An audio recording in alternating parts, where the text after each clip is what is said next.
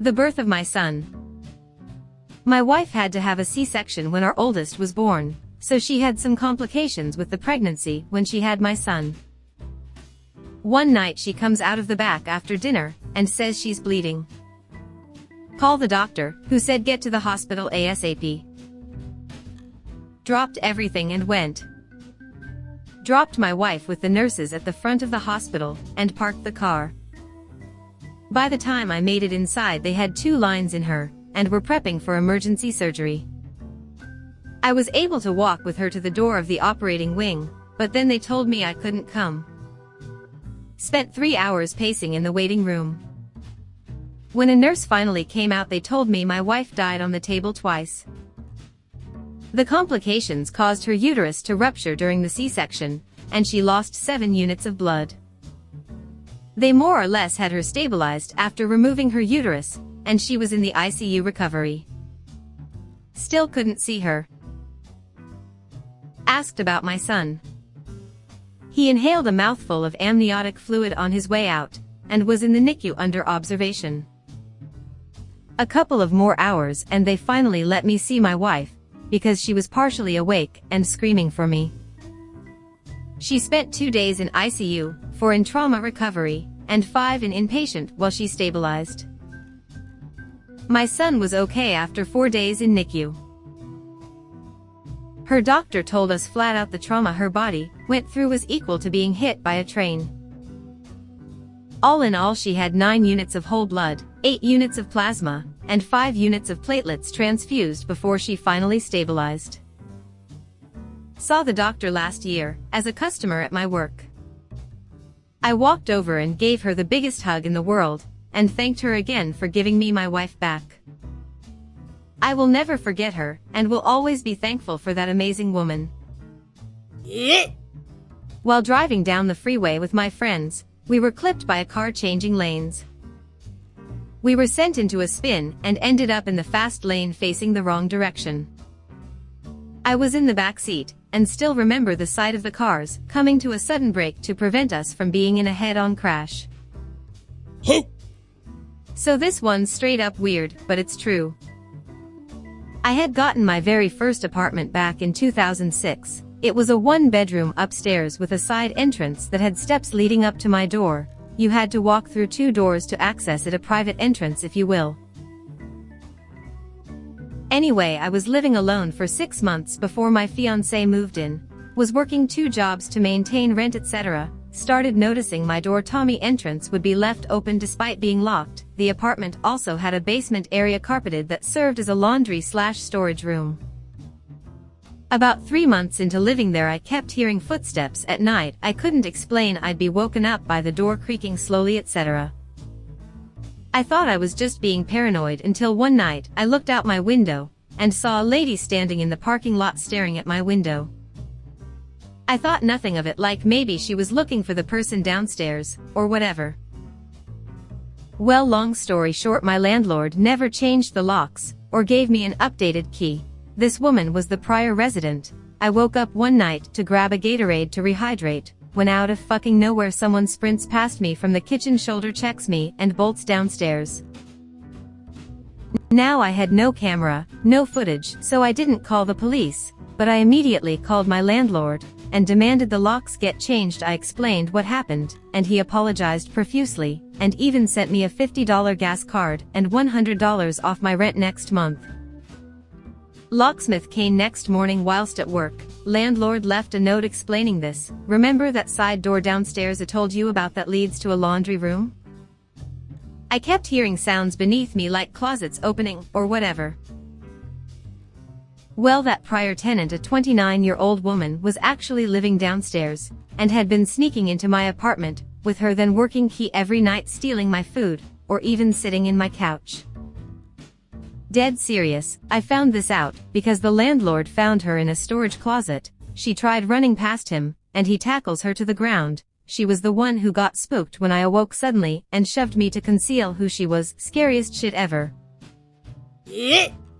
My 6 feet 2 inches, 300 pounds, now ex-husband decided I wasn't allowed to leave him.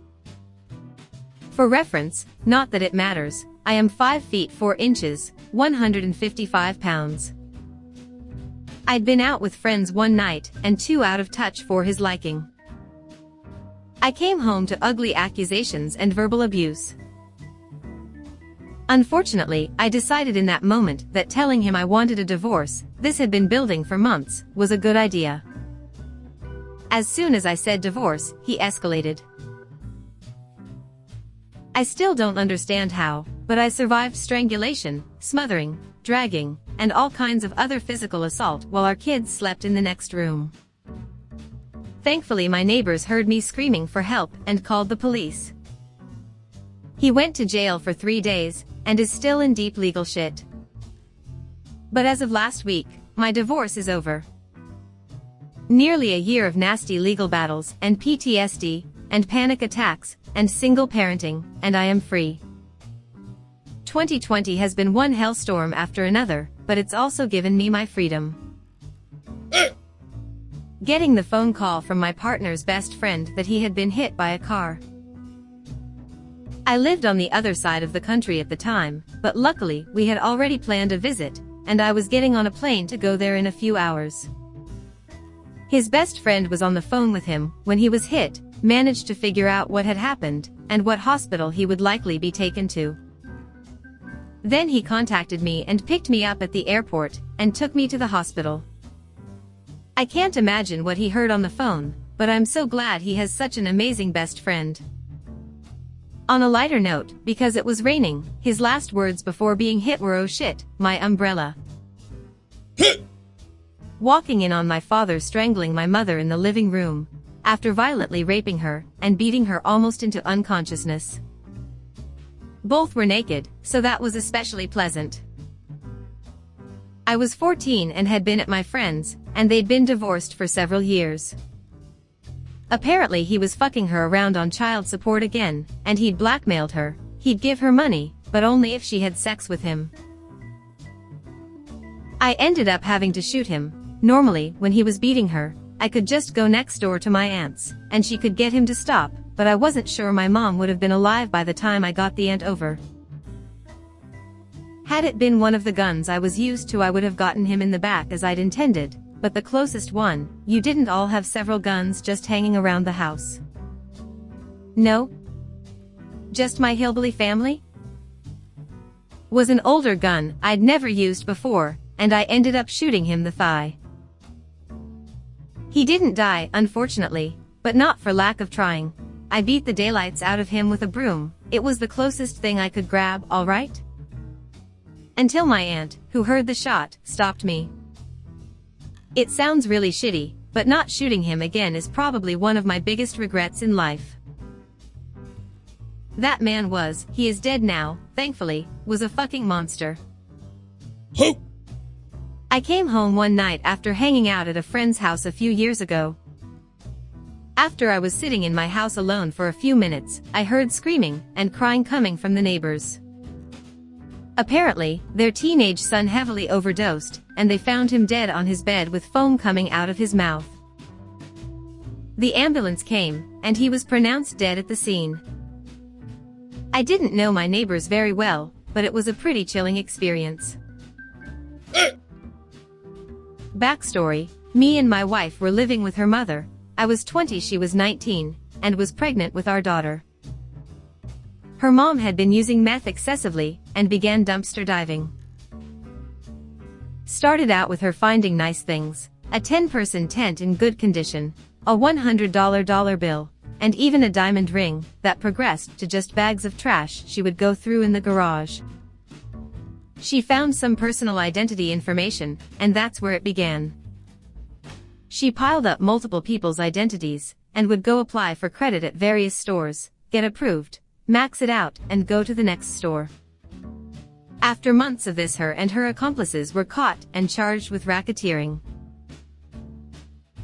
She was looking at 84 years, she pled out, still don't know how this happened, to 18 months in county and 18 months in a halfway house with restitution and 2 years probation. Her two main accomplices got life and 25 years. Here's where it begins. 2 days after she was arrested and the day before we moved in with my grandparents, she was asleep, 5 months pregnant. I was playing Call of Duty, and I heard someone fucking with the doorknob on the front door. This was not unusual as we were used to her tweaker friends coming and going all the time. I went to open the door to tell them that my mother-in-law wasn't here and was arrested. The second I unlock the door, 3 guys rush through the door, knives in hand. The first one slams me up against the wall and puts his knife to his throat, asking where the fuck my MIL is or N, her main accomplice. I explained that they were arrested and they were in jail. He said that my MIL had stolen from his bank account. In retrospect, it was probably a drug debt or something along those lines. I told him that I didn't have anything to do with any of her crap and that I just live there. Here's where it gets strange. I offered them my phone to try to call MIL and N. Of course they didn't answer. I told them that I wasn't dogging them for what they were doing, but I'm not involved, and that my wife was downstairs sleeping, and if she wakes up she won't be so compliant. They gave my phone back saying don't do anything stupid, walked me to the couch, and sat me down. 2 began walking through the house, staying upstairs, almost tiptoeing as to not wake my wife up. 1 was always hovering in front of the couch, knife in hand, watching me. In the living room there was a PS3 set up on the TV, and one of the 2 walking around ripped it out from the wall and started walking it to the kitchen. I said that's my PlayStation, man, and I really need it. I never stole from you guys. More out of being upset than really wanting it. The man stops and looks at me and says, "You're right, bro. We don't want to steal from you." And plugged it back in. About 20 more minutes of them rummaging, still very quietly, and they were done. The one watching me said, "All right, we're done, let's go." "Let's go," I said. "Yeah, you're going to walk us out." Scared as fuck, I get up and follow them. They walk out the door and I start to close it. The last one out slammed his hand on the door before I closed it and said, "We're done fucking with you tonight, have a nice night," and walked away. I locked the door and made sure they left before I ran downstairs to wake my wife up and tell her what just happened. Needless to say, we didn't have a good night. To this day her mom thinks I was in on the robbery. Blames me for their old desktop computer tower filled with their pictures got stolen. One of the scariest and strangest experiences of my life. Confronting a guy that was literally trying to break into my apartment. We scuffled for 2-3 seconds and luckily he fled. I was in a bus that crashed into a house. I was trying to nap after a late night flight when suddenly the bus shook, so I opened my eyes and saw us going off the road, knocking down a small tree, and then colliding with a house. There was a strong smell of gas, so we thought the bus was going to explode. We all had to get out through the fire escape window, and I cut my hand on broken glass when I landed. Thankfully the bus did not explode and everyone got out with only minor injuries. Nobody was home in the house either. 40 years ago, I got home very drunk late at night. The police had my house staked out waiting for me and tackled me in the driveway, and took me to jail for burglary and attempted rape that they accused me of. Spent 3 days in jail before they figured out that I was innocent, and just cut me loose about an hour from my home without my wallet, which they still had at the county jail that I was originally booked into. Didn't have a cent on me, but I was sure happy to be out. When I was 11, my dad, brother, and I were hanging out at our neighbor's house. My brother was 9 and the neighbor's girls were probably 4 and 6. Their dad was quite the alcoholic and drug addict. I was downstairs watching TV with the other kids when we heard a huge slam on the floor. According to my dad, at this point the girl's father had grabbed his wife by the hair and dragged her across the floor. Being who he is, my dad intervened. I remember running out of the room we were in to my dad, and this guy rolling down the stairs. My dad was able to pin this guy to wall, his face covered in blood, and screamed for me to get all of the kids and get out of the house now. I was petrified, especially after seeing my dad's face with blood on it. It was pouring rain and I grabbed my brother and the girls, and we all ran outside, no shoes or anything. Their mom was nowhere to be found, but there was a cop car sitting at the top of the driveway. The kids and I all ran up there and got into the back where the girl's mom was waiting, bawling her eyes out. We waiting in the car while my dad was almost shot trying to explain to the officers he wasn't the guy they were looking for. After the arrest was made, my family went back to our house to sleep. Around 2 a.m. my dad woke my brother and I up saying that we needed to go because our neighbor was released from the drunk tank.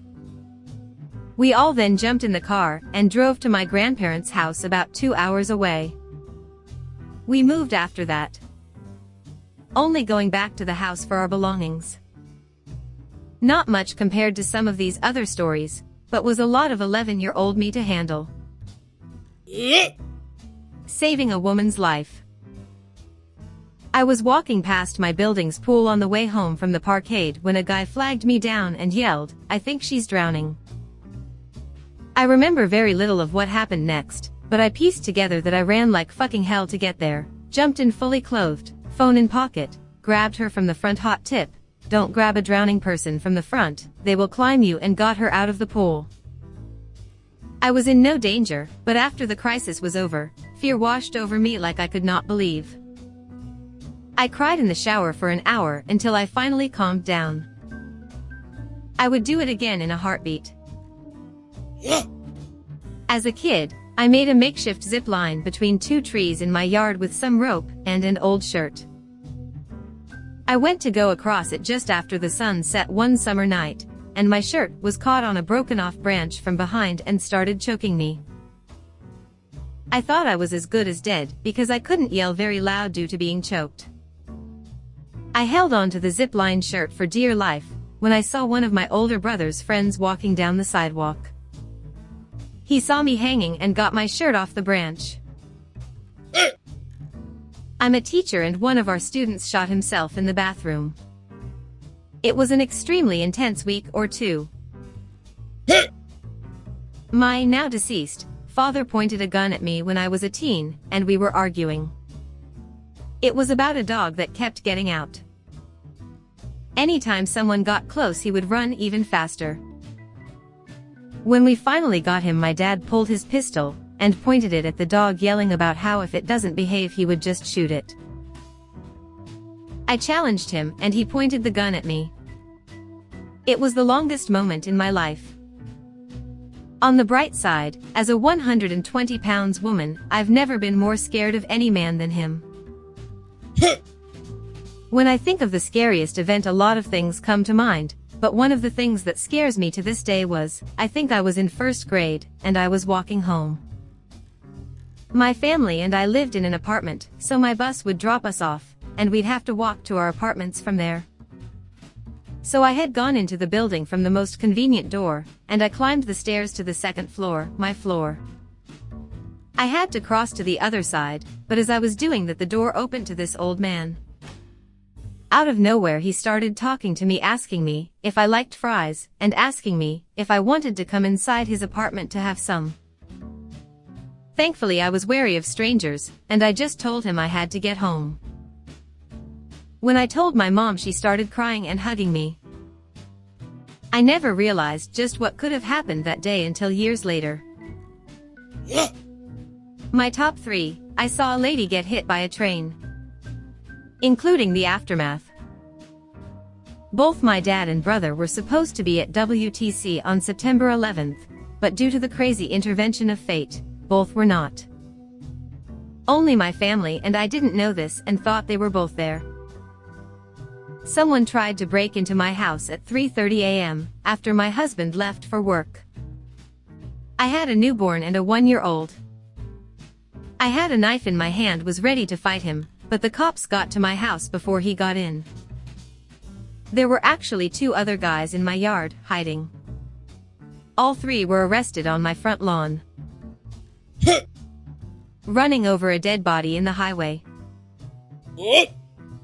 Being on a bus in central London on July 7th. Had travelled up from Bristol early morning to attend a work meeting, and as the taxi queue was massive we decided on the bus. Bus moved a little, but it was obviously gridlock. Internet access wasn't a big thing on mobiles then, so it took one of my colleagues having a phone call with a friend to find out there had been a bomb on the tube. I called my mum to say that I was in London, but not to worry as I was on a bus and safe. Then of course the bomb went off on the bus. With the mobile networks all bottlenecked, my mum couldn't get through, so she left a message. Honestly, the scariest thing was hearing the utter panic in her voice as she spoke. I can still hear it now. Just begging me to get off the bus. We got off at Marble Arch and walked back to Paddington. Work excused us from the meeting. We managed to catch the last train out of London back to Bristol that day, and we were given the rest of the day off. I went straight to my mum's and held her for hours. London has held no joy for me since.